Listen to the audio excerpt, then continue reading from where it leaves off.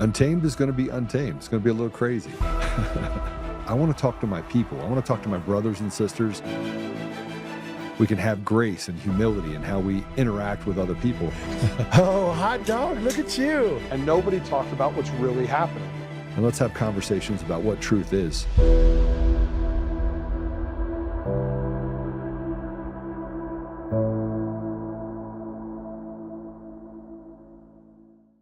Online banking fraud. What was the next When point? online banking fraud is launched, from the process of the online banking fraud, the victims' identities were used in order to use them as double crimes for the electoral fraud. Because the banks are behind of this shit. Okay. So this is a search, and the banks never wanted to solve this problem because there is an algorithm that I will show you and I will present it in the right moment. Okay. That it will prove that from each fraud, the bank is winning and the citizen is paying. They want to hide this shit from 20 years ago. Okay. So this is the primary crime, and because of this shit, they need to use the identities in order to secure the next president and the next power in charge, in order to cover up everything. So it's all about the money. It's all about the power. They just need to find the right way. And in order to find this way, they have three actors. One, of course, they are the banks. Second, the people in charge, politicians. politicians and authorities. And they needed the third actor, who can be the patsy. That's the hackers. Yeah. Okay. So in our case, with regards to election fraud, Dominion voting system, Exactly. Okay.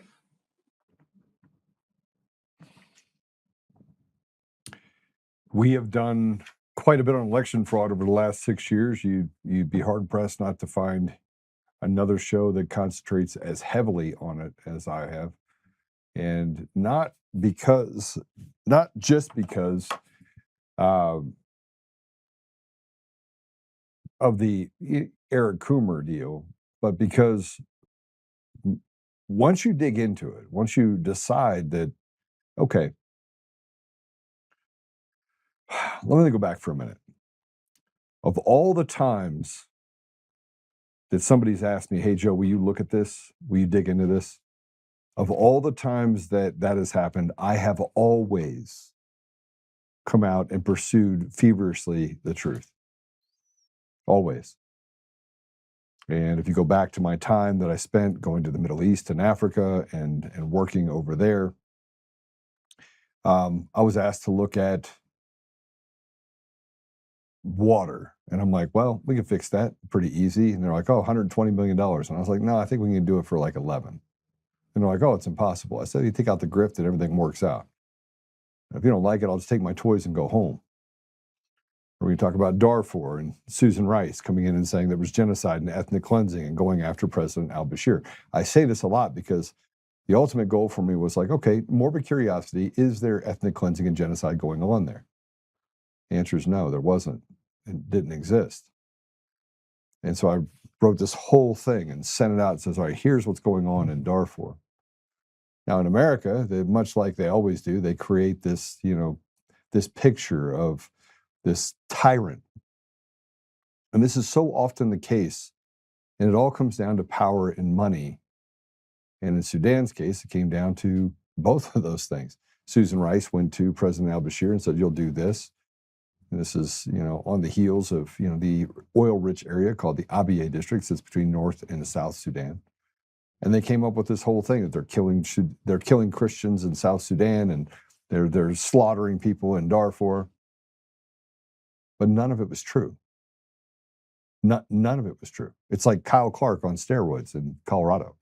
just makes it up as it goes along, and people actually believe the drivel.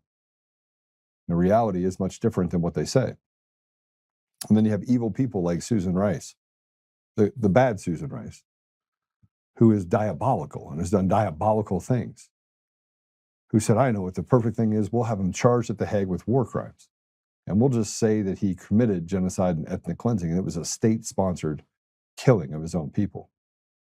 But he left out historic information and the geographic area and the topography of the area for Darfur, left out the Janjaweed, the Chadian rebels, the 43 Darfurian rebel groups, the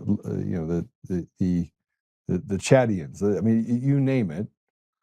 An area that, by the way, has been intermarrying for thousands of years. There's no genocide or ethnic cleansing going on there. Do people die? Yes, absolutely. People die. It's the tribal conflicts in many parts of North Africa are pretty. They've been going on for generations. But it's not state-sponsored genocide or ethnic cleansing. It's not like President al-Bashir sat in a little room with a map and said, go in there and kill these people and rape with impunity. That never happened. But again, the America that we know is not the America that holds people accountable. It's the one that creates and institutes foreign policy and a narrative that 99% of the time just isn't true. And if you go look at some of the other things that I was able to do, you talk about South Sudan. I remember being in South Sudan and saying, okay, they want to split the country in half. They want to have this referendum vote. And so you had the Comprehensive Peace Agreement, you had the Darfurian Peace Agreement, you had the Eastern Peace Agreement. So basically the United States came in and just Wreck-It Ralph, with the CIA being in large part responsible for funding out terroristic activities to destabilize an entire nation because of minerals, uranium, oil. And a lot of people died. And in the middle of all this stuff that they said, oh, we're just here to help, which, by the way, they signed the Comprehensive Peace Agreement down in Nairobi, Kenya. In the middle of all of that, the destruction of the healthcare system inside of the hospital system inside of Sudan went to nothing. The education system destroyed. It looked like Detroit in some of the worst times. And the killings, and they said, oh, there's mines at the border of South Sudan. That was true, but who put them there? And when you start answering the questions, it got really uncomfortable. Fast forward, the Millennium Project. We have a guest that's here that's going to be joining us to talk about why I'm talking about this stuff. But then you had the Millennium Projects, the Millennium Villages that are designed to destroy and to eliminate poverty all over Africa, run by a guy named Jeffrey Sachs. I remember sitting at the bar, a guy walks up, sits down next to me, and starts just having small talk. And I knew at that moment this guy was CIA. I knew. And the things that I was doing, he would ask lots of questions, and I just didn't answer. I was smart enough not to want to rattle the cage. And after a few minutes of asking questions, I'm like, oh yeah, what are you here for? I'm just here to vacation. Well, he knew that wasn't true. But the information, when I went around and went to these Millennium Villages, and I listened to all the reports that were being told about eliminating poverty, and they were creating this commerce system that was going to allow for food and resources to flow to different villages around the continent. It wasn't true. So I went to these Millennium Villages, and there was no economic activity at all. There was no food, there was no trucks, there was no workers. It was a lie. It was a $6-7 billion project. So I remember getting on the BBC radio because I wrote this report and sent it out. And they're like, hey, will you come on and debate Jeffrey Sachs? So I got on this talk radio. I don't even remember how I got on it. I think I was talking to somebody else at work somewhere in the NGO world. And I said, you're full of shit. And then it dawned on me. I started going, Columbia University is like the CIA hub. I was talking about USAID being a CIA thing way back in 2012. I was talking about the information that would come out of different areas and the fact that there were all these, everywhere you looked, there was something that just wasn't right. And the story that the United States got back and the people got in the United States was much different than what really was happening in any country that I stepped foot in, whether it be Saudi Arabia, Bahrain, Lebanon, Libya, you name it, Chad, Egypt, Syria. Remember, you had the Arab Spring happening in this area, in this time frame. And the amount of conflict that was happening in Middle Africa on the continent with Rwanda, DRC. You have the Niger Delta and what happened there. You have Ghana and the fact that they had these bodies that just flowing down the river into a crawl. I mean, you had lots of stuff that was happening all at the same time. It was absolute chaos, pandemonium even. Chinese were just starting to get their claws into different areas and funding different road projects and giving them what they need because the United States couldn't do it. They came in and said that they're here to help. And you have things like the World Vision that has a place in Kibera, which is the slums of Africa, 1.1 square miles, 1.2 million people that live in it. And it's $300 million they spent over 3 decades, $300 million. All they have to show for it is pit latrines and shanty sacks with power that goes up and is stolen from nearby power poles. I mean, you want to talk about, indexing poverty and creating an environment where people have to stay poor and stay broke. It happens. It's an industry in the United States in order to give cover to do things that they need to do economically or in foreign policy, because they don't respect the sovereignty of any other nation. People would ask me all the time, like, Joe, why do you care so much and why are you digging under the covers? And then so much so that when I wrote a report for a different issue, they came to me and said, take your name off it. And I was like, okay, why? I didn't care. I wasn't there for the recognition. And in large part, that's not what I got into, uncovering the election stuff either. But this authenticity to actually chase this true north led me to a place where people would reach out to me all the time and they're like, Joe, I have this information. And it's a heavy burden. You want to know what a heavy burden is? It's a super heavy burden. The heavy burden of being able to protect a guy that you find out later used the name of an 18th century civil rights leader. And it cost me $160,000 to protect his name, thinking that, hey, he's going to get killed. It takes an immense amount of fortitude to sit up and stand up for people that would never stand up for you, that would walk across your grave, spit on you when they were walking by, not recognize the sacrifices that you're making. And it takes even more to be morbidly curious, because that's what it is. If you think that the left or the right, this establishment, two wings of the same bird, has any sort of appetite for the truth that is told, they don't. Neither one does. It rattles the conscience and it creates an environment where it is unstable for their power structure. Who moved my cheese? Well, the thing that we're going to talk about right now, and my friend, and I want to preface this by saying we're going to talk about Raul again. Raul's in prison right now in Romania. Nearly served 2/3 of a sentence that he was given. Trumped up charges with a politician in the middle of it, running for his life while trying to give up information in the United States. Reached out to me in 2022. I reached out to a group of people. I'll let our guest decide whether or not he's going to tell us some of that information. But in 2022, I got a phone call from Victor. Victor's like, hey, we have all the information. We know how the fraud exists. Now, everything that just came out with President Trump is the exact information that I presented in 2022. It's identical. Only we had the source information. We had the meetings with the FBI. We had the working for an organization that was a CIA and now British intelligence front. And this is not hyperbolic statements. These aren't things that I'm saying are not made up. They're absolutely real. And getting involved in this is providential because I don't care about Eric Coomer. Eric Coomer is just a symptom of a larger problem. He's a radical leftist that decided he would put his finger on the scale and build a system that allowed for the American people to become institutional slaves. So after Eric Coomer, I was less interested in him and the fact that he's a liar and he sued me for it. And he's done nothing but lie since and has lied in every statement that he's given, whether it be to a grand jury or in a deposition. He can't help himself. He can't remember it. I mean, his whole persona is built on a lie.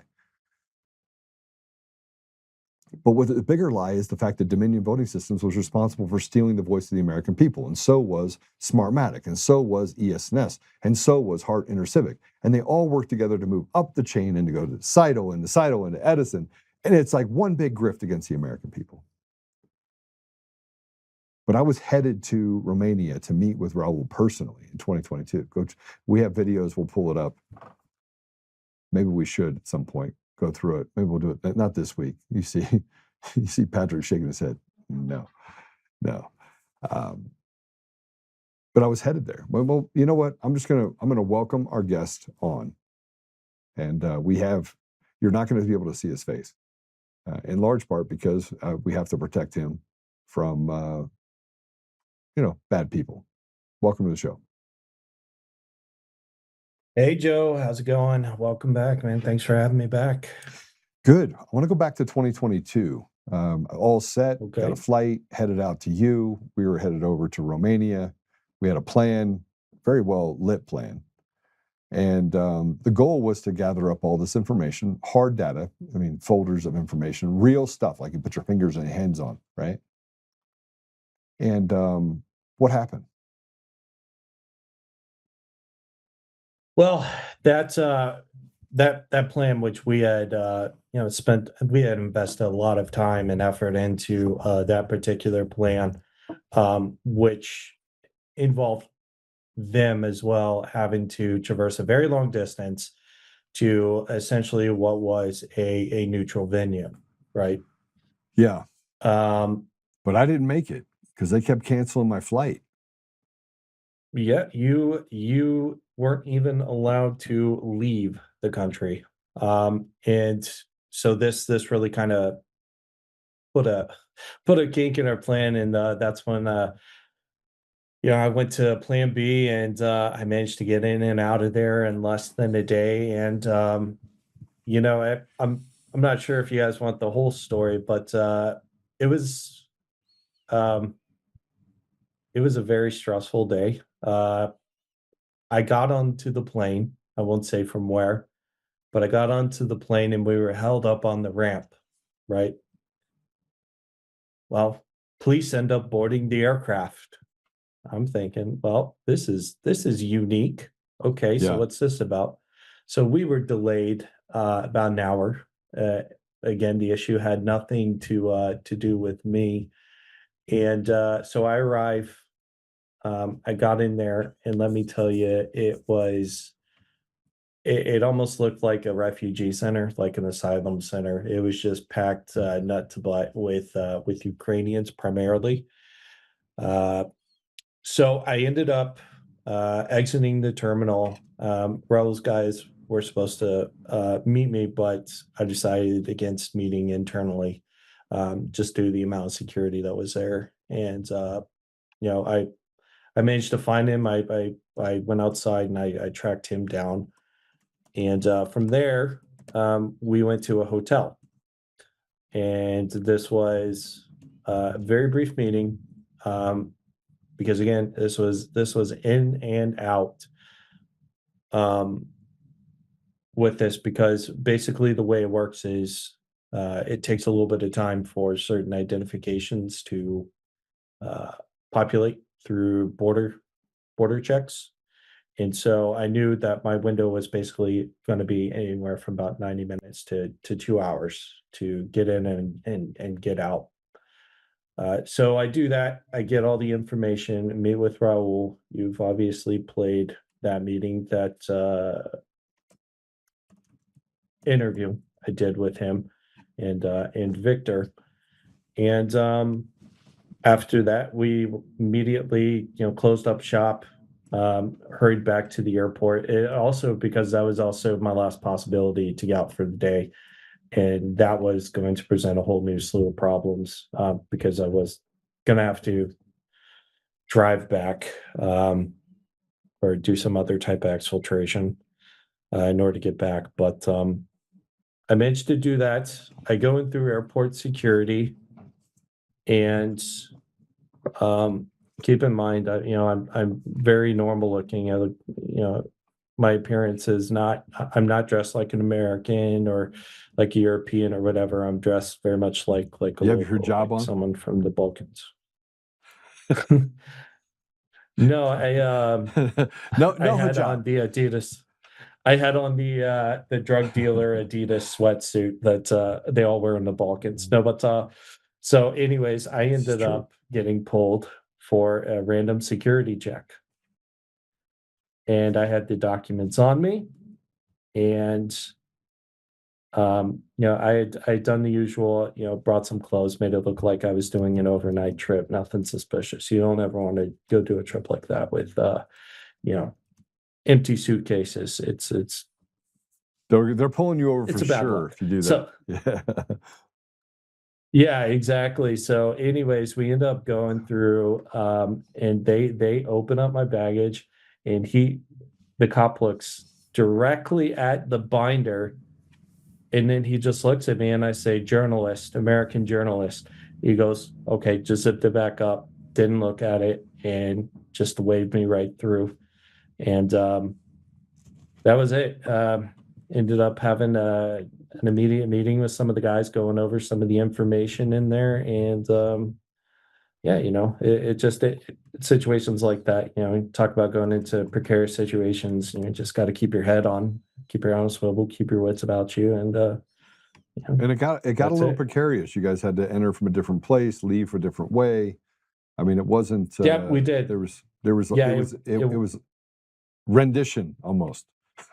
Yeah, it was. It really kind of was. So we ended up going to a few different venues and jumping, changing vehicles before we ended up at our final spot where we had basically paid cash for this place. We walked in.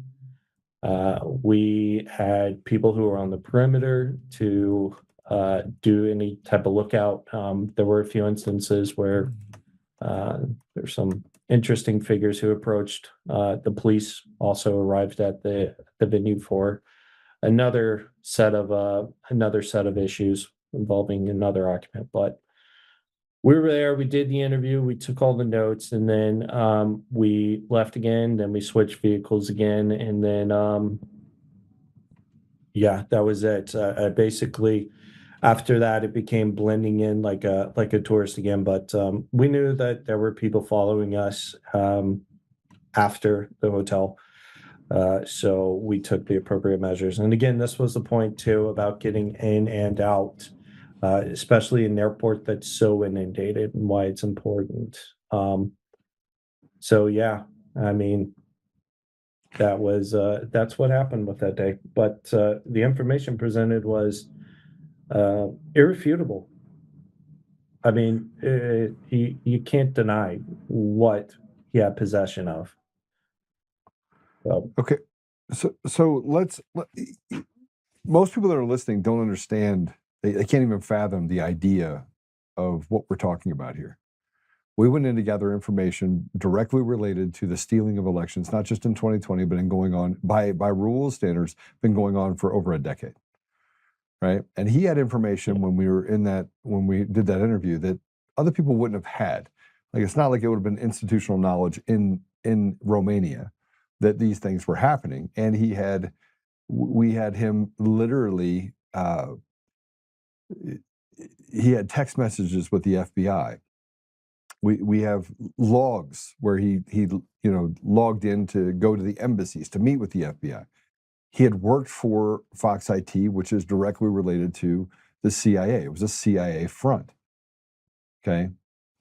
Well, he also had more than that as well. He had his text message group offering him basically a hush money job in DC.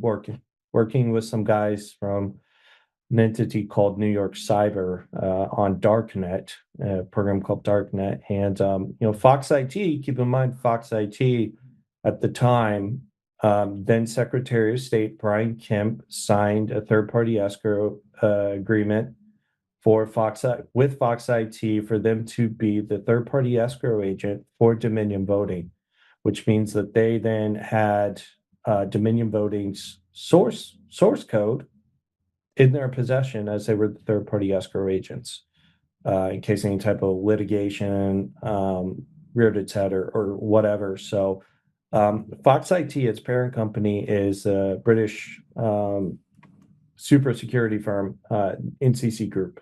And there's another really kind of weird nexus through there through Surrey Security or Surrey Satellite Technology Labs, SSTL, and their director, who was actually at a blockchain convention with Antonio Mujica from Smartmatic, and they were working on developing blockchain election technology. Really kind of just really interesting coincidence with that.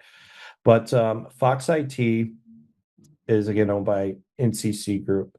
NCC Group recently just purchased Iron Mountain intellectual property, and they were the third-party escrow agents for ES&S voting. So now NCC Group, this British firm, as a third-party escrow agent, holds source code for both Dominion Voting and ES&S. And NCC, hold on. NCC acquired Fox IT. Let me just go back to that real quick.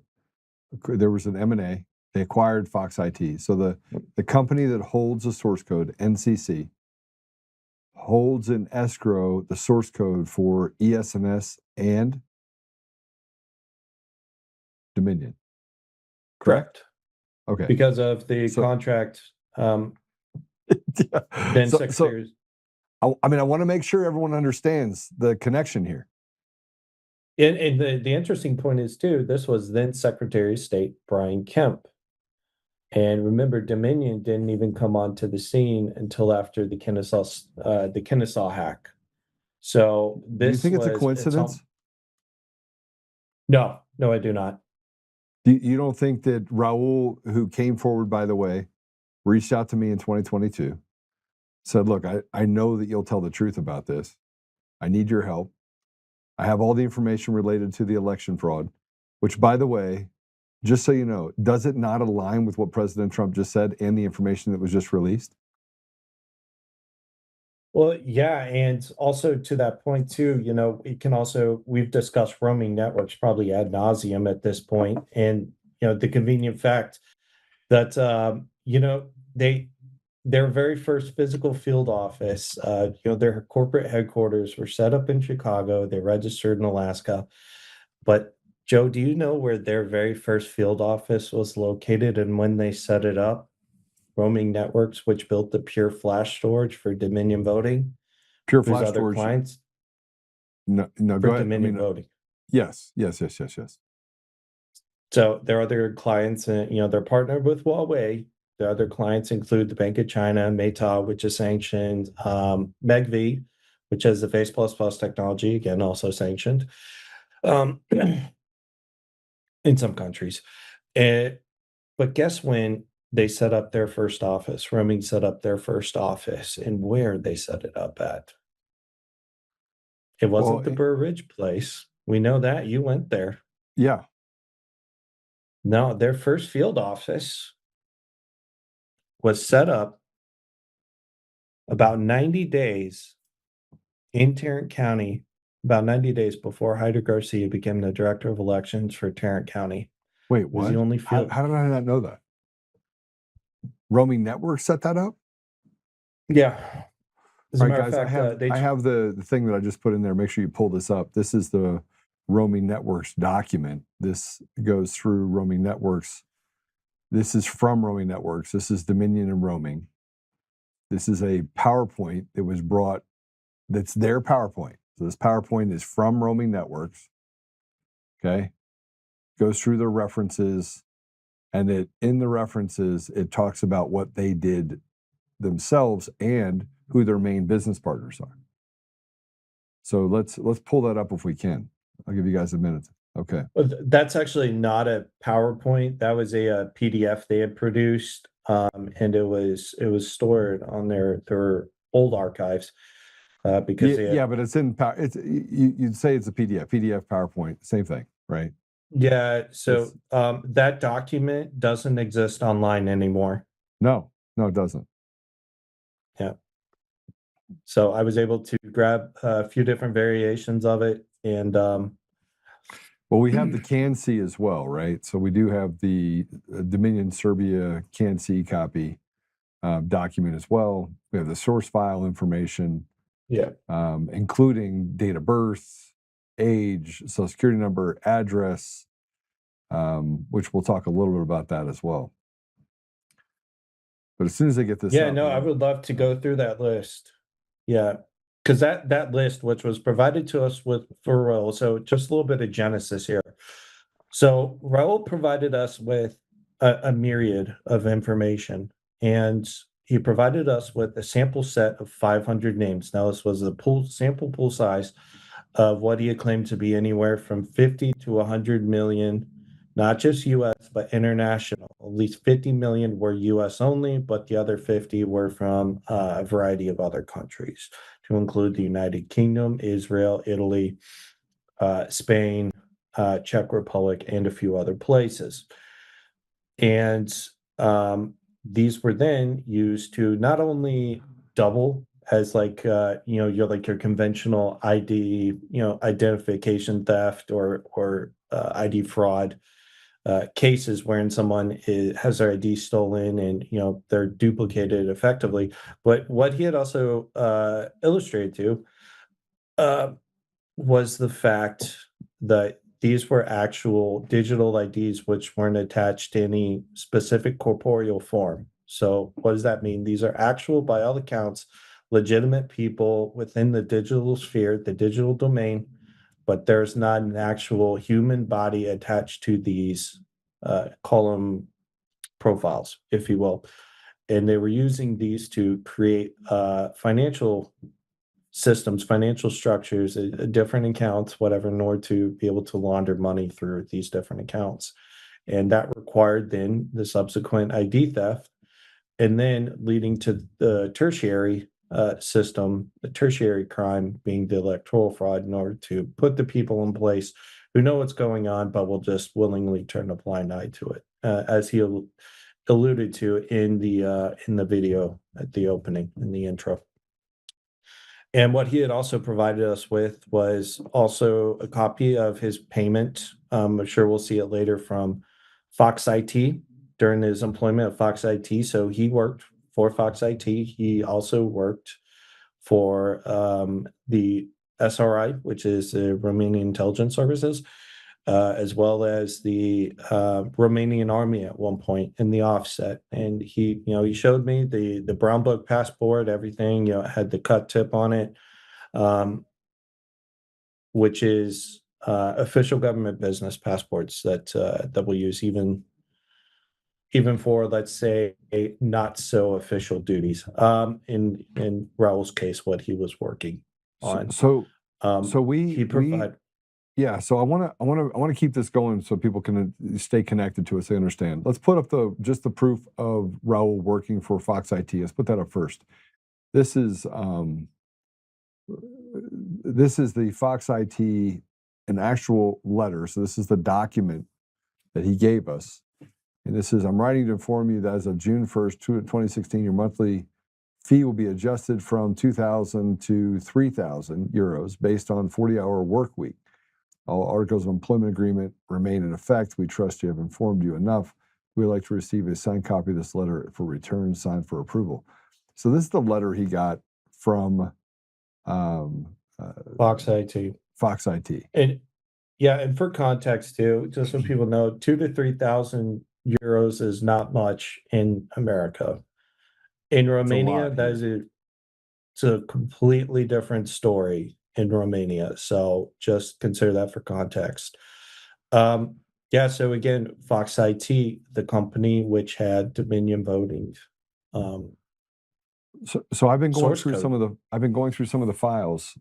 So Fox IT has the source code for Dominion voting systems. Now Raul's job was to basically farm identification. Yeah. And so let me show you this next one. This is the spreadsheet of verified stolen IDs. Let's go ahead and put that up. And he also provided me with an actual bank statement showing payment to his account with his bank account number to Corani Consulting from Fox IT. Well, and just so you know, we were able to verify. So you see the ones in green? Those are the ones that are verified. These are verified people. So with this specific data set, These out are of verified in 500 of those 2022. names, Yeah. Go ahead. yeah. So Raul gave us an incomplete data set. He would give us some names with like driver's license numbers or social security number, or it would be like a social security number matched to a driver's license number, or like it would be some of them, some of the profiles had complete, name, date of birth, address, driver's license number, but a good majority of them only had like 2 or 3 of those data points. And so what we did was we used some closed source materials capabilities to do a little bit of investigative work and pull out the rest of the IDs and profiles. And what we found was that out of the 500, 376 of those were able to be confirmed. So if we scale that up to his estimation of, again, let's say it's going to be 50 million US, because the names we got were just US names. We go from 500 to 50 million, that's 37. That's over 37 million verified, duplicated, or false IDs, which by all intents and purposes appear legitimate. And the craziest part about this is within the data set, there was one name we had. I'm not sure if you're familiar with the movie Walking Tall, but the sheriff in there, his name's Buford T. Pusser, right? There was a profile for someone born on 1/1/1898 with the name Buford T. Pusser, who actually had a legitimate, verified social security number, valid. So think about that for a second. Someone, Buford T. Pusser, fictional character, 1898, not a duplicated social security number, an actual valid social security number attached to that name. Wow. And to me, that suggests that, that just affirms effectively that there's substantially something more here than just, your typical case of, anonymous and hacker IDs and other things he was able to present as well. And, we can present part of that image, not the full image. Parts of it will be blacked out. But they also provided screenshots of federal law enforcement databases. These are actual, not only were some of these actual computer image screenshots, which were printed out, but some of them were taken on cell phones and other devices as well, and then printed out as well. And some of these documentation even includes like ATM pins, just stuff like that. Like these guys had people's ATM pins. Raul, he presented ATM pin from a woman in Boston. So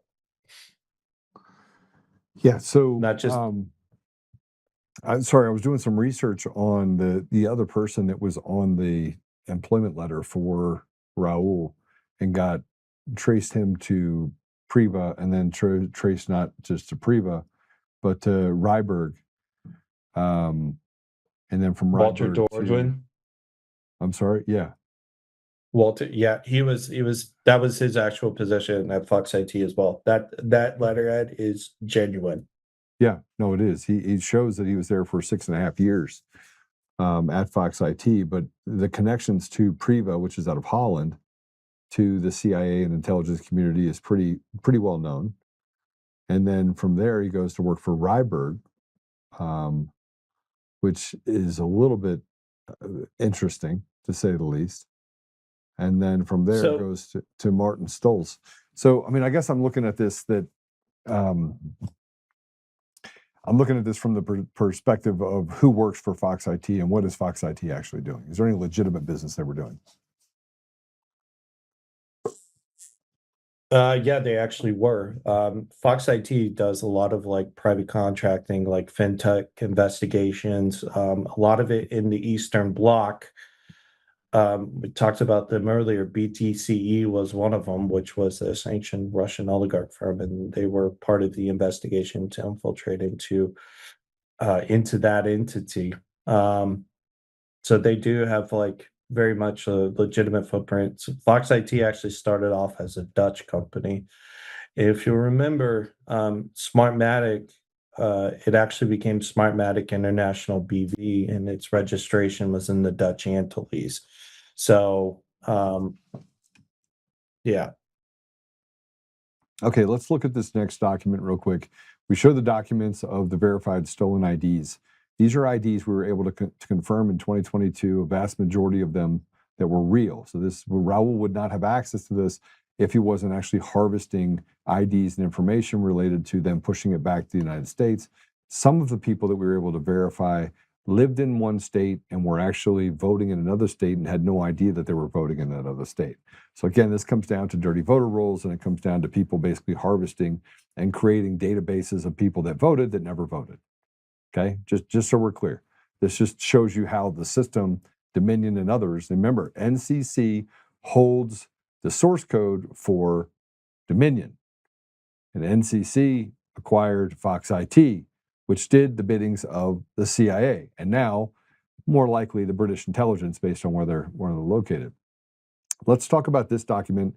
This is the account listing. Let's put that up. So walk through this for me, B. So also what he was able to present was a listing of various different account numbers. You'll see, believe it or not, George Soros is actually listed on here, and he has his account number from 1997. That's how far back a lot of this information goes. This is when he alleged from 1997 to 2005, Soros was using this fund to bankroll Joe Biden. And again, this goes back just that far back. You have another financial document I sent to you because, again, these guys were mass harvesting financial information, these data profiles for these accounts. You have another one that I sent, which was of Citibank, and Yeah, it let's was put that up. $300 million. It's $300 million in the account for Exxon, and he provided this as well.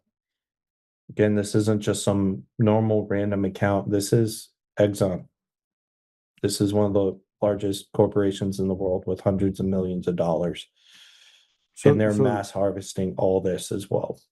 So they're harvesting all the information related to where money is sitting. Correct. Okay. Some of it they put there themselves. Others, it's just a methodology to track these different accounts.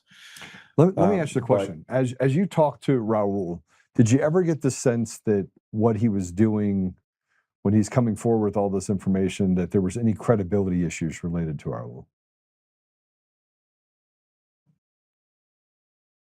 No, I really didn't, because it's cui bono, who benefits. Raul had nothing to gain. As a matter of fact, he had a lot to lose from this, and I think he had proven his employment enough to really kind of assuage any doubts we had about his credibility. Now, in the public sphere, they've given him the usual tarred and feathered treatment, which is partially why he's sitting in prison right now. But they've attempted really to just kind of disappear him almost from the public purview. I mean, what little you will see about him in English usually just comes from agitprop accounts that are just trying to smear him without actually again looking at any of the data. But when we had former federal law enforcement and other individuals, lawyers, private investigators, etc., private intelligence services look at this information, everyone came to the same conclusion that this is legitimate information.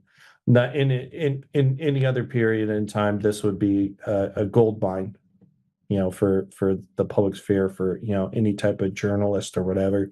And he reached out to the New York Times, actually. As a matter of fact, he And they buried coordinated with this was the same team that actually, the very same team that got the Nobel Prize for the Russiagate misinformation, disinformation. I think Raul had some bad actors, some people who gave him some really bad advice as to how we need to proceed here, almost from the get-go. And yeah, the same people from Russiagate completely buried the story because it would have painted Trump in a positive light. Okay, so let's go to the next one. This is one of the things we're concerned about, is that he couldn't prove, you have this letter, he couldn't prove that he actually worked for Fox IT. So what he did is he actually provided us the ING Bank statement from 2016 showing the deposits that came in for working for Fox IT. And you can see where it says Fox IT BV. It shows the sums, August 10th, 2016. So he gave us some statements that were from Fox IT. See that? Okay. And then we have this, U.S. law enforcement databases. Let's walk through this, B. This right here is a screenshot. It's obviously been minimized. There was a much larger screenshot of an actual federal law enforcement database, which included an active felon who was incarcerated in Louisiana. We had access to the FBI case numbers, to his social security number, etc. And this was just one screenshot he had presented us. He presented us with multiple others. But he had full one of access which- to lots of databases. He showed us an actual warrant for a diagram of a warrant for a wiretap in Colorado. He also showed us emails between ATF agents, an actual federal task force, and the Greeley, Colorado Police Department. And the fact that they targeted Greeley, Colorado, which is really kind of the home of the private intelligence contracting world, is very significant in itself. You go onto clearancejobs.com, half the jobs on there are listed in Greeley. So, that presents a whole nother set of issues, and how we would deal with that. But you'll see it is a confidential record, as you can see right up there in the top right. And it's been difficult, to say the least, to get anyone to touch this, because effectively what happens, because of the source of the information, well, I'm not going to go into that part, how that part plays out, and why the what has to it's so difficult, such a sensitive issue for federal law enforcement. It's got nothing to do really with the FBI. It's got everything to do with How he got access to it. with another three-letter intelligence agency. Yeah, so this leads to, and I want everyone to understand this, and I know that B, I'm going to respect your time because we're gonna do this again and pull out more information. I am going to take all this information back to DC. This will be the third time that I've taken this information to DC. So you and I will sit down and make sure that we have all the information correct, the documentation, that I'm not missing anything. I think I pretty well got it filled out, but we'll take that information to DC, and but this aligns almost. It doesn't align with. It bolsters all the information that you have directly related to the FBI information, dating back to the information that President Trump declassified, dating all the way back to 2015. It's almost it mimics it. It parallels it.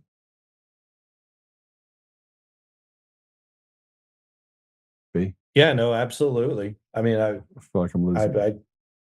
No, man. Sorry, no, I was trying to come off the mute there. No, absolutely. And I think that with these disclosures, we probably were, I know there are ongoing investigations into this. I think what Solomon reported is probably just scratching the surface, and I think it's good for the normies, as we should call them, just to kind of massage people into future information that could potentially come out. But it's a good start, and it shows that the credibility of Chris Krebs and the rest of the most secure election ever crowd has just completely been destroyed. And I'm proud to say that I have been an absolute thorn in their side. Renee DiResta, the director of the Stanford Internet Observatory, has completely blocked me. I've never even mentioned her name publicly. Dmitry Alperovitch, too, CrowdStrike co-founder. He doesn't like me either. But the problem is that as we start scratching the surface here, I want to be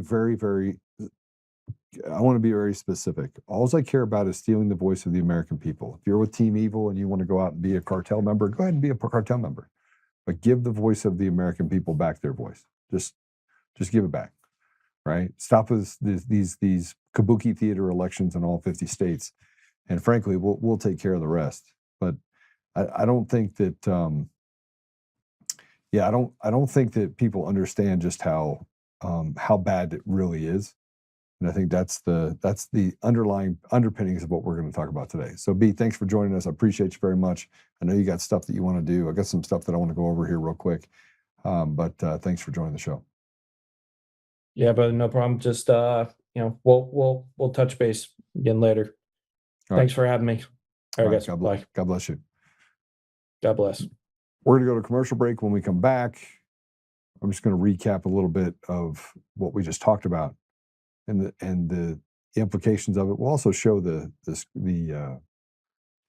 roaming network, so you understand roaming networks and where it was. And there's some other information related to roaming being in Chicago, and it's tied to trucking companies all over the country, which is tied to a Serbian network that is then tied to those trucking companies.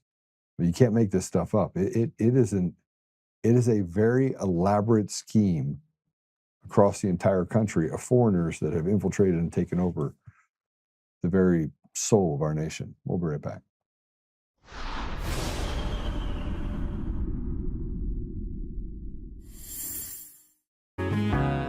Oh, hi. I almost didn't see you there. Welcome to DCF Buns, where you can find the freshest buns in town, if I do say so myself. Our master bakers teach class every week. So whether you're new to baking or trying to improve your culinary skills, we got you covered. And we can help you bake the cake of your dreams. We'll even clean your cake if you want. And if you don't want to bake anything yourself, we have loads of fresh buns available in a variety of shapes and sizes. Check us out at dcfbuns.com to learn more. DCF Buns, we keep the buns hot and the deals hotter. Buns. In every thread, in every stitch, Honor-Bound USA weaves the fabric of the American spirit. It's not just apparel, it's a testament to God, family, and country. At Honor-Bound USA, we're a family of patriots who put our faith, family, and America first. When you visit our website, you'll find a line of products that embody our commitment to pray, stand, speak, and act. As the official site for the Untamed podcast, all of our products proclaim speaking the truth with courage. We also have the powerful documentary from Professor David Clements, Let My People Go. Identify yourself as one of the few who are willing to stand for what they believe in. Join the Honor-Bound USA family today. Wear it as a badge of honor, commitment to the values that shape us, and a pledge to the bright future we will build together. Because when you're honor-bound, you're not just wearing a brand, you're embodying a lifestyle.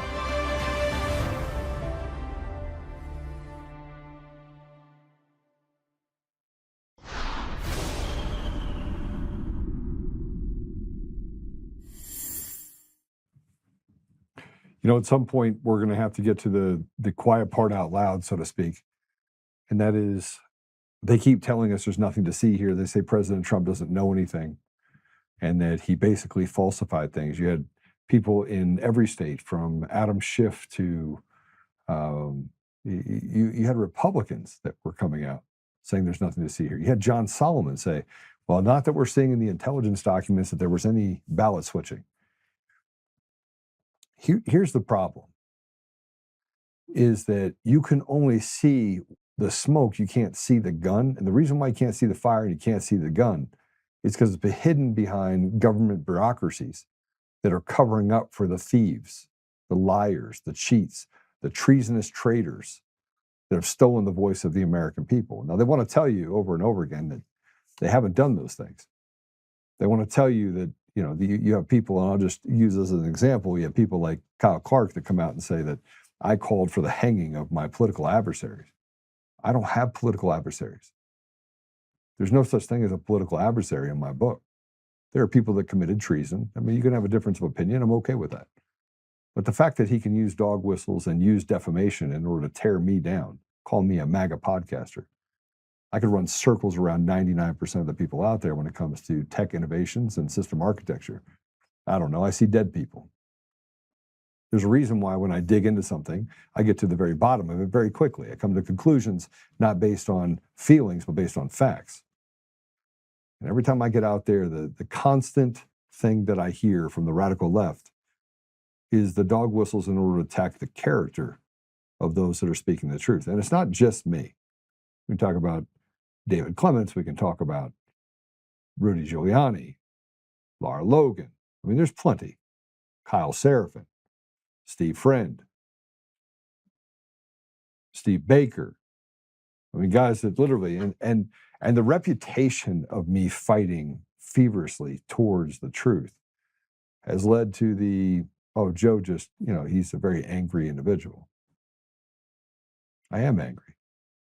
I'm angry that our children are being groomed. I'm angry that we're having to go through this, whatever this is, that we have to debate the ridiculous on whether or not there are more than two genders. We leave science at the door. We let people walk around on Team Evil and justify what they do and say and walk past crime committed against grandmas and this race war that's being created by the radical left. And it all seems to stem from the same familiar place, same familiar group of people. And I can't even mention the name, because if I do, I become another dog whistle. And when you talk about the subversion against the American people and the fact that there are 7 million Muslims in the United States, then the 7 million Muslims now want halal food, and they want us to basically shut down liquor stores and dictate the sovereignty of our entire nation, then you can start really looking at the weak and pathetic people who have made the American people cattle. When we dug into the elections and we dug into the information we got from Raul, it was at that point, I went from having personal security detail at this time inside my home to an arsenal that I created around my home, making sure that my house was fortified, made sure that I was fully protected, make sure when I went to work I was protected. I mean, there's a reason why my office is right next door to the FBI DHS center. I mean, I figured if they can't get the memo, when I got the DA's office there, I got the FBI right there, I got ICE on the other side. People are like, well, why are you so close to them? They can spy on you. Okay, I got nothing to hide. And the truth does not need any sort of cover. They create cover for it. They create this, whatever it is we're talking about, related to stolen elections, and try to act like they're intellectually honest, but they're not. There's a lot that's been lost over the last couple of decades. And it's not like we haven't been warned. We got warned by Clint Curtis in 2004. And then from there, by the way, I want to point out that it was a Republican that asked a Chinese company that was later indicted to build a system that could subvert the American people's voice and that nobody could see it. A year later, they hired a guy that was a drug addict, a heroin addict, as the chief architect. On the heels of Sequoia Voting Systems being acquired by Smartmatic, a Venezuelan company. And the Bitsa, which is the company, 28% of it's owned by, the Venezuelans. They're the one that's applied the nearly $130 million and which gave them a war chest to come into the United States and do what they did. And it wasn't more than a year later that CIFIS raised their hand and was like, man, we gotta get to the bottom of this. We can't let Sequoia voting systems be owned by the Venezuelans. And familiarly enough, they come out, and John Solomon said this. He goes, yeah, they stole the elections in Venezuela using their machines, but they didn't steal them here. This word salad from a guy that knows very little, if anything, about system architecture or systems or how the systems run. You could sit in a room with him and ask him questions, you couldn't answer them. I know because I did. I sat in rooms. I sat in a room at Miles Guo, little, free Miles Guo. And I asked him questions, and he'd sit there, smug little fat face in front of me, saying, oh, that's horse shit. There's no election fraud. The machines are fine. I mean, I seriously wanted to punch that man right in his face. And the fact that he is the mouthpiece for the things going on inside of this, I find disturbing, because that means somebody put them up to putting John Solomon at the front of the line.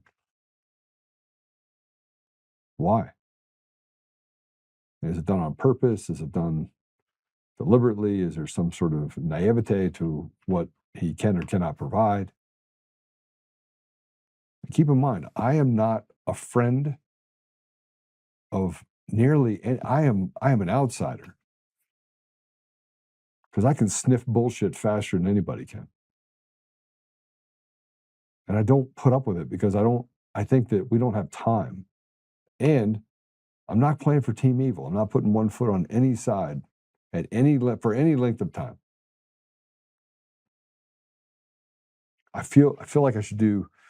I don't know how they're going to take this information from Raul, but I know that based on this information, the information that was just released, if you put it all together, if you just take a basic amount of information that we have, you'll come to the same conclusion.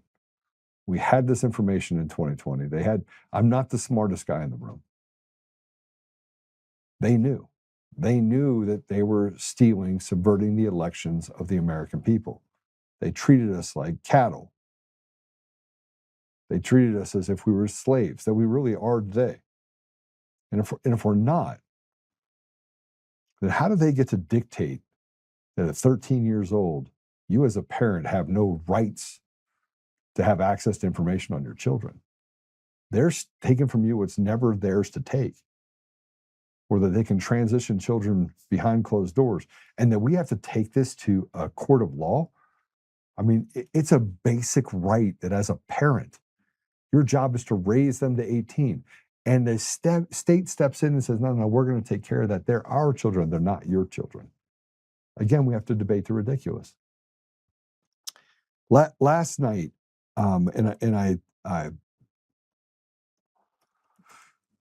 last night I went to Forrest Frank concert.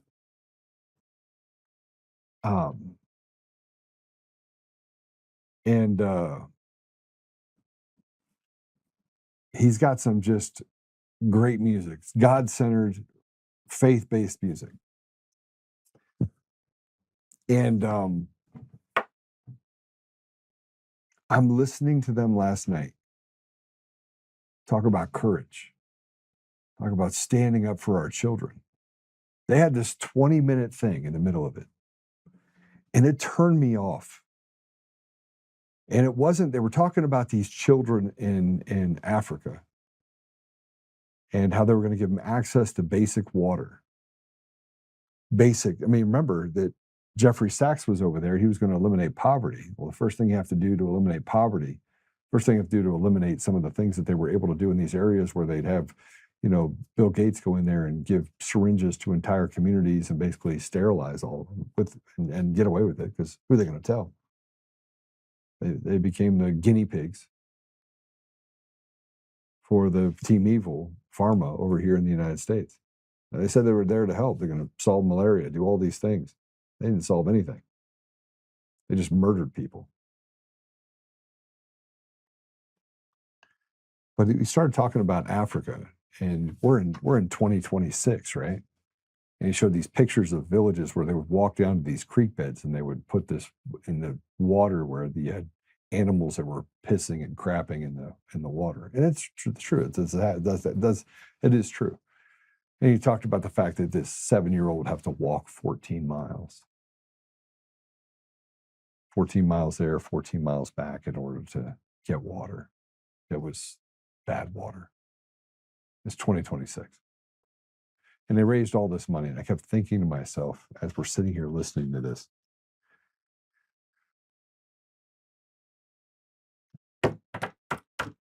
the same thing has been said on TV for 30 years. Same thing. We're talking about children over in Africa. We're going to save them. And as he's speaking, I become mortified by the anemic nature of these Christians, 17,000 Christians in this auditorium. They don't want to fight for children. We can't fight for our own children. We won't stand up and speak truth if it could save our children. We hide in this hole, and we want to throw $39 a month to a child over in Africa. We don't want to talk about the fact that we live in a slave environment. 56 cents on every dollar goes to the government, and they mishandle it, misuse it, use it to basically subvert the voice of the American people, stuff their own faces, become ultra wealthy. And look, I have worked really hard all my life, and I've been very successful. Now that I know how all the sausage is made, I'm not sure I like it.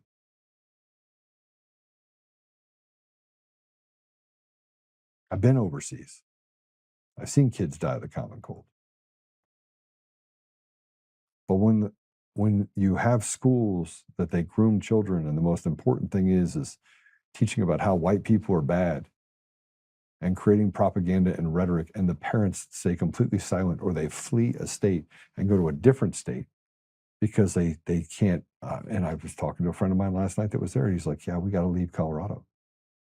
And I'm like, yeah, I get it. This place is really bad. He's like, it's worse than bad. And they're leaving to go to a different state. They're going to Arizona. And I was like, well, Arizona's not that far behind. And I said to him, I was like, sooner or later, you're going to run until there's no other place to run. And then you're going to end up fighting. And he looked at me and he's like, yeah, that's probably true.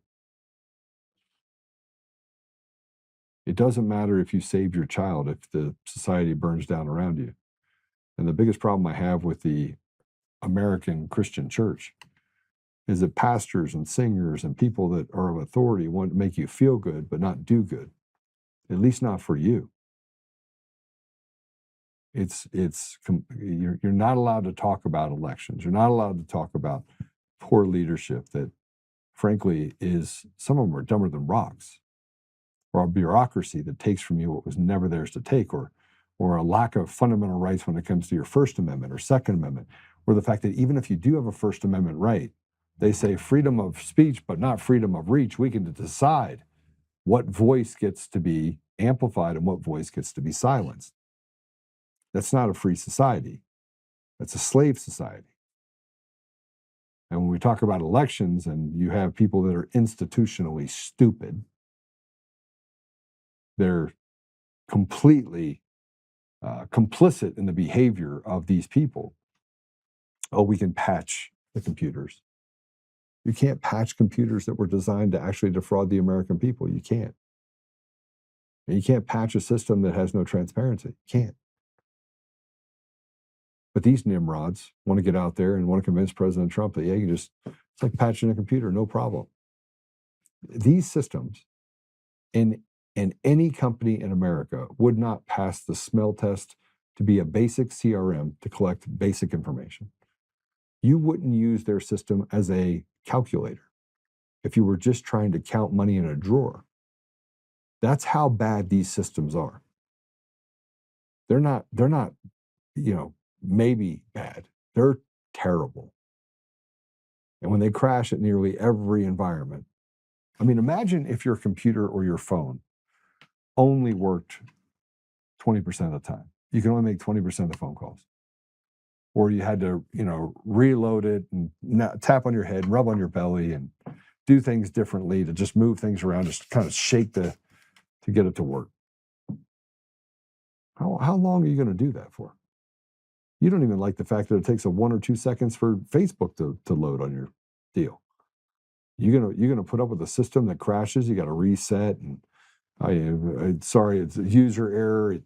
It duplicated ballots, and we don't know how that happened. They forgot to, load the bubble water canister on the back end of the tabulator, where you got, a tabulator that you load it, and then instead of actually sending it to a system where you actually have a tally system that would then be put online, you call it punch out system. So it's disconnect from the internet, goes to a different computer.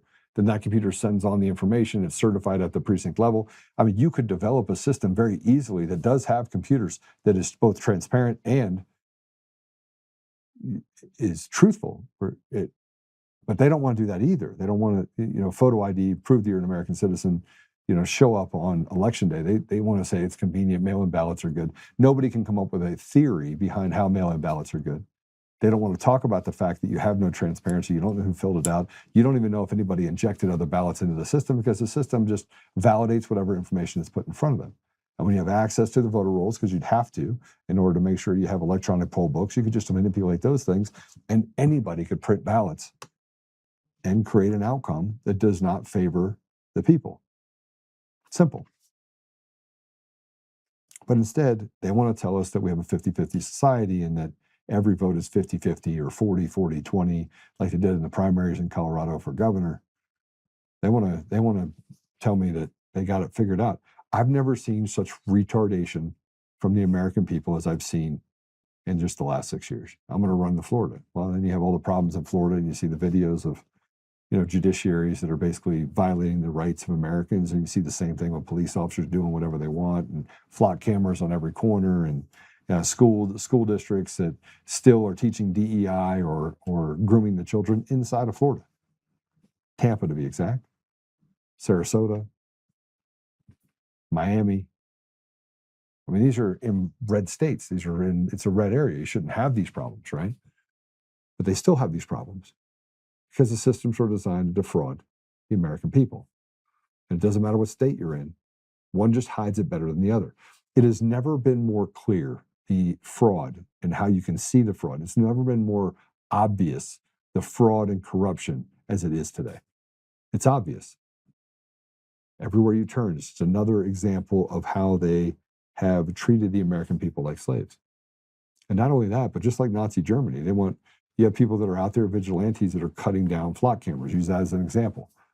Why would you want them to be able to tell you everywhere you go, they have a flock camera, they're basically watching you, watching everything you do, and then keeping a file on you? They're keeping a file on you. And then when they decide that you committed a crime, several times, just in the last couple of weeks, they go and arrest a woman while her kids are at school, husband's out of town, and said, we're going to throw you in jail. Throw them in jail, and we'll find out later that it was all fraudulent. But the problem is with government, and the government we have today, is they all have immunity. And the American people are left to sort through a system that is draconian and expensive. And when you put lawfare against the average American, you destroy that individual nearly overnight, while other Americans sit on the sideline and watch the blood sport and do nothing about it. i.e., 1,800 Americans on J6. Or the fact that Ash Epp is fighting the NAACP and calling her a Nazi and calling her a terrorist and saying that she's a white supremacist. She wins, the appeals court turns it over again and sends her right back out there to have to go through the same turmoil for another 2 years. And you'd think that the government would step in and stop it, but they can't because they're complicit in it. Or the Coomer case. Like we've already won the Coomer case. We've already won. Like we have all the information. Eric Coomer is a crook. He's a crooked, disgusting individual. We've already won. But winning doesn't make a difference when you have a rotted judiciary that's able to act with impunity, because they have immunity. Keep in mind, they want to take away immunity from police officers, because I don't believe that they're the biggest problem. I believe our rotted judiciary, literally, is subverting the will of the American people and is doing really bad things with foreign-born judges that are trash at best and team evil at worst, while stepping over the Americans in our country. Our entire country has been captured by, we're not headed towards communism, we're in it. And do I think President Trump's going to make some changes? Yeah, I do. I don't believe that he's going to allow it to continue, but that's going to lead to a war, because our politicians on both sides of the aisle are betrayers. They're treasonous traitors. Which brings me right back to the Raul stuff. I gave them this information in 2022. I took it to congressional offices. Jim Jordan had this information. He had this information, did nothing with it. Did nothing with it. I mean, I can go down the line. I handed it over to so many different people. I'll have to go back through the list of congressional leaders that I handed it off to. All said, yeah, we'll look into it. You think they looked into it? No. We're just now getting the information related to declassified information, and we had it then. They watched this guy go to prison, did nothing with it. The FBI was involved in it. They have all the notes on him. This guy went to the embassy. They had all the notes on that. The State Department has all the information related to Raul Coltor and have done nothing. He sits there and rots in prison. It's been there for years. They make up a story that's, we talk about Fox IT and NCC. NCC happens to hold the source code in Georgia for Dominion and ESNS, and it owns Fox IT. And we're like, oh, that's just coincidence. This is just retarded. It's retarded that the American people have to be treated like slaves and watch this happen. When you have the information, go get it. But I truly believe it's because we have retarded people in the FBI. I don't believe that. I mean, if you had a guy like Kyle Seraphin, or you had Steve Friend, or you had Phil Kennedy, or if you had some of these other people that were in the FBI that were running things, then you'd have a competent FBI. But right now, we don't have a competent FBI. We don't have a competent, and the CIA is so off the rails that it's disgustingly rotted to the core.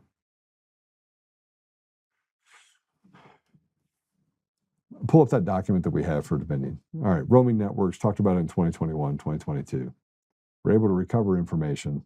This is from their particular website. Roaming networks then conveniently was sold into Cansey, which is a different company that they go through this shell company. Every couple of years, they just wash tens of millions, if not hundreds of millions of dollars.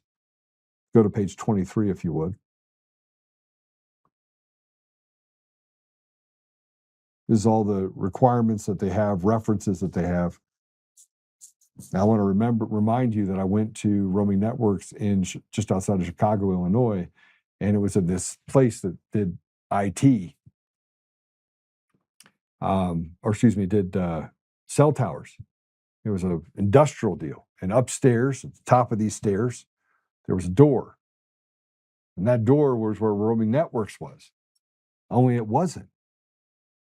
It wasn't Roaming Networks.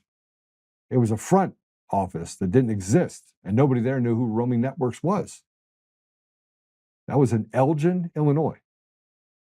Okay, so now let's fast forward from Elgin, Illinois, to what we found in Colorado in 2023, where they had Dominion Voting Systems offices, front offices, one that they had in Littleton that was in a warehouse district, moving out of what they had in Denver, and started basically operating under these shell companies that were like Dominion Solutions. Because they just hide. Is that page 23? That's not page 23. All right. Maybe it's 24. No, go to 22. 22. There we go. Stop. On the far right-hand side, it says Dominion Voting System, implementation of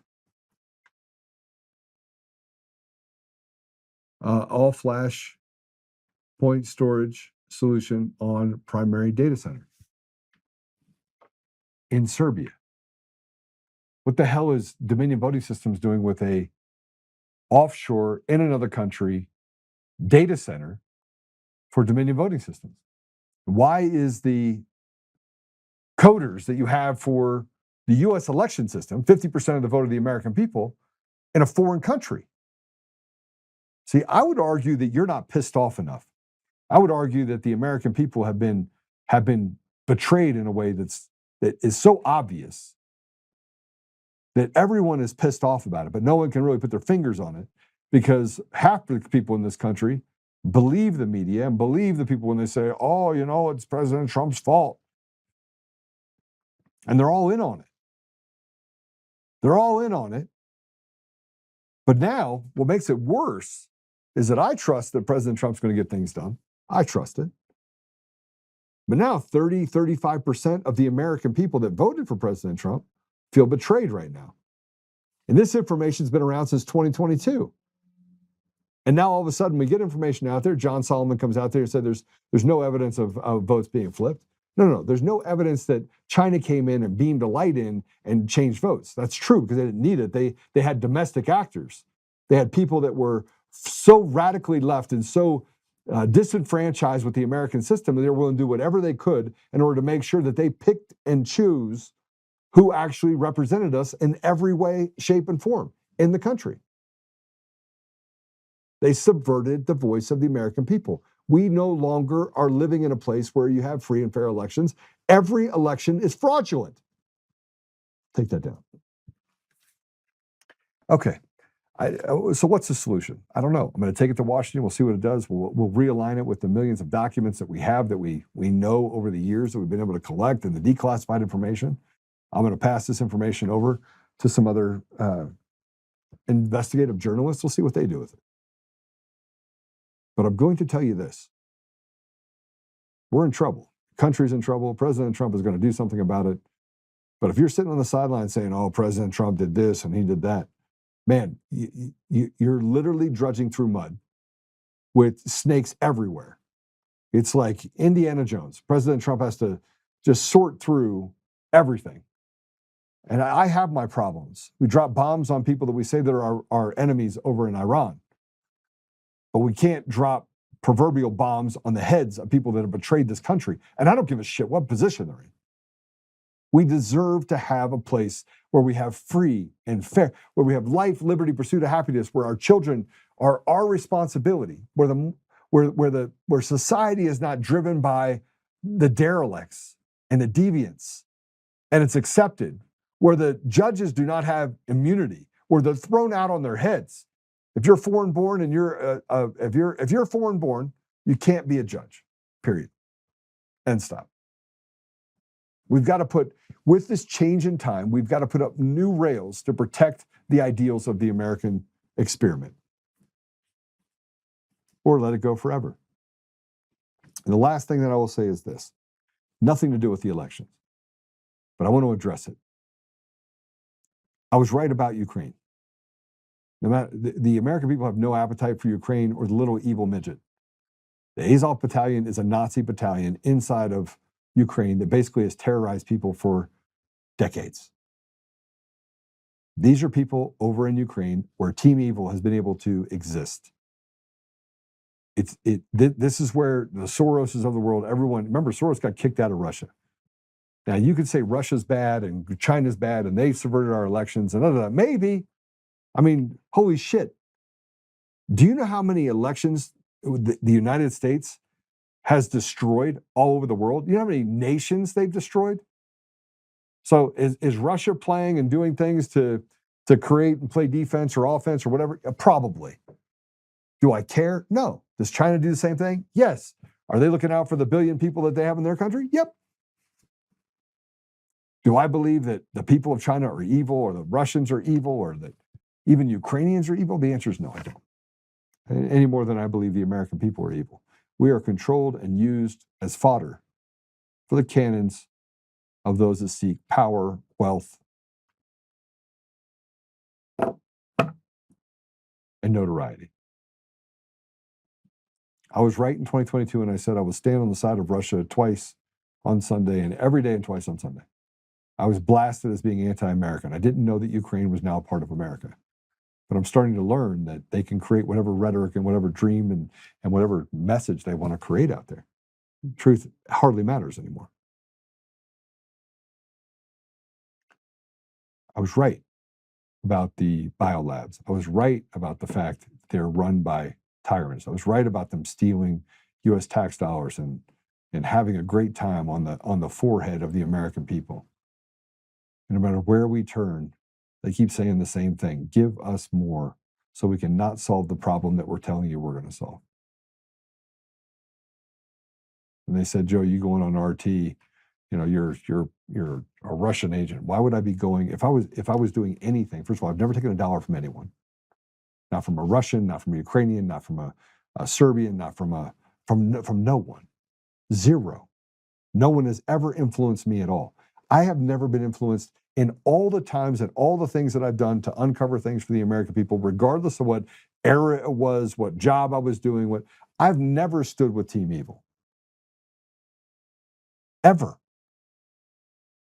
But why going on RT News to talk about what's happening in the United States? Why in the world would I go on RT? Wouldn't I ask RT to come on my show? Wouldn't I be pushing RT? It's like Al Jazeera of the early 2000s. Al Jazeera was a truthful network. I would go there to get my information. Why? Because you can't get anything in the United States. They're a bunch of retards. And this is prior to the Smith-Mundt Modernization Act that allowed them to lie to the American people. But as you get further down Team Evil, they want to tell us that, oh yeah, you're because you went on RT. I went on RT because I know what's happening in the United States. I'm not a retard. And so I can talk about the things that have happened in the United States related to foreign policy because I'm not a retard and because I've had some experience in those environments. And I'm not a retard. And most people in the United States are retards. Jeffrey Sachs is a retard. And now he's the heir apparent authority of voting and foreign policy. Before it was, that he knew how to solve poverty. He didn't do that. We have created people in this country, and it's like, okay, they're the pedigree, they have this degree. Look, I've read more books than every single one of them. And I don't have fancy degrees to show for it. And I don't give a shit about your fancy degrees. What I care about is, do you have the ability to work the problem? Can you fix anything? And these people can't. So I'm going to get out here and talk about all the things related to elections. Why? Because I think the American people deserve to have a seat at the table, and I think they deserve to have prosperity. You cannot have prosperity when everyone is above the line of the law. Everyone's above the law, except for the American people, and the millstone is on your chest. So I want you to think about that. I'm going to take this information to Washington. I hope they do something with it. But at no point during any time have I done something that is self-gratifying. And that is what scares everyone. They all talk to people and say, Joe, he gets a little angry about this and that. Maybe I want to ignite a fire and have you just stop listening to Team Evil or the people on our side that are doing great harm to what is trying to be accomplished. And I think President Trump is doing a tremendous job. I'm going to tell you right now, you can't get me off that. Do I think that he has people around him that are not doing things properly? Probably. He probably knows it too. He's going to win the battles he can. And when the final thing comes into play, he's going to throw the gauntlet down, and he's going to make sure that Team Evil loses. I truly believe that. We got 2 years to do it. After that, anything can happen, but God. All right, so let's pray it out. Father God, we are just. I look at this and the frustration just builds. But we are grateful to be born at a time such as this, to be a part of this restoration.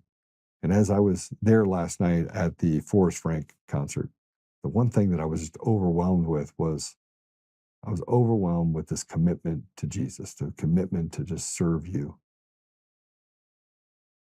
Father, I am super grateful for the opportunity I have to be on the podcast and be able to push this information, and for people to trust me enough to hand me the information and know that I'm going to do the right thing with it. And yet Raul is in prison right now. And while we are grateful for his sacrifice and being able to come forward and give this information that ultimately led to him being locked up, we do recognize that we have an obligation to make sure we stay truthful, we stay focused on restoring you to our community and getting rid of Team Evil, and not just in the United States, but around the world. Father, I just ask you to give us the strength to fight through this, to have the courage to overcome adversity, and to do what's right regardless of the consequences. I ask you to bless those people that are sick, and Father, just to lift the burden off of President Trump's shoulders and to lighten the load on the people around him and to make them choose what is right. I ask these things, Father, humbly in Jesus' name. Amen. Yeah, so I'm a terrible guy, by the way. I thought about this, that ends every podcast with a prayer. Maybe that's the part that Kyle Clark and those others should take. Big things happening over the next couple of weeks. It's going to be pretty great. We're going to announce some pretty big changes. I will tell you this, but God, we don't know how it's going to work out. I don't know, but I do know that I'm going to continue to fight and go in that direction of stepping away from Team Evil and just shedding light on truth. That's it. That's all you can do. And work hard. Take care of your families. All right. Apple Podcasts, Google Podcasts, Spotify, Pandora, iHeartRadio, TuneIn, and more. Roku. We're on Roku. Make sure you go over to Roku. Pretty amazing place. If I'm on your TV. And to the people that sent me screenshots, thank you. I do appreciate it. And if you need anything from me, we're going to be on some other channels. We'll be on Amazon soon. And pilled.net. We're on Pilled too. So just a big shout out to the guys over at pilled.net. Check them out. It's got some great stuff going on over there. All right. We'll see you guys later. Have a great night.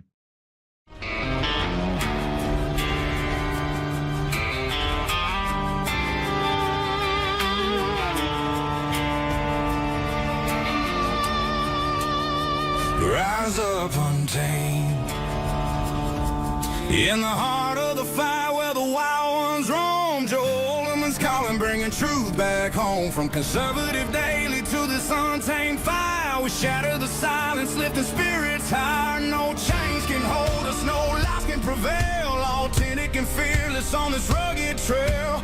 Patriots gather under stars and stripes. Untamed nation, igniting the night. Untamed nation, let the truth roll out in this land of the free. Standing proud from sea to shining sea, we won't back down. Catch the fire, wear the crown. Untamed nation, it's our battle song, motivating hearts where the brave belong. Yeah, untamed and wild, forever strong. Play it again all night long.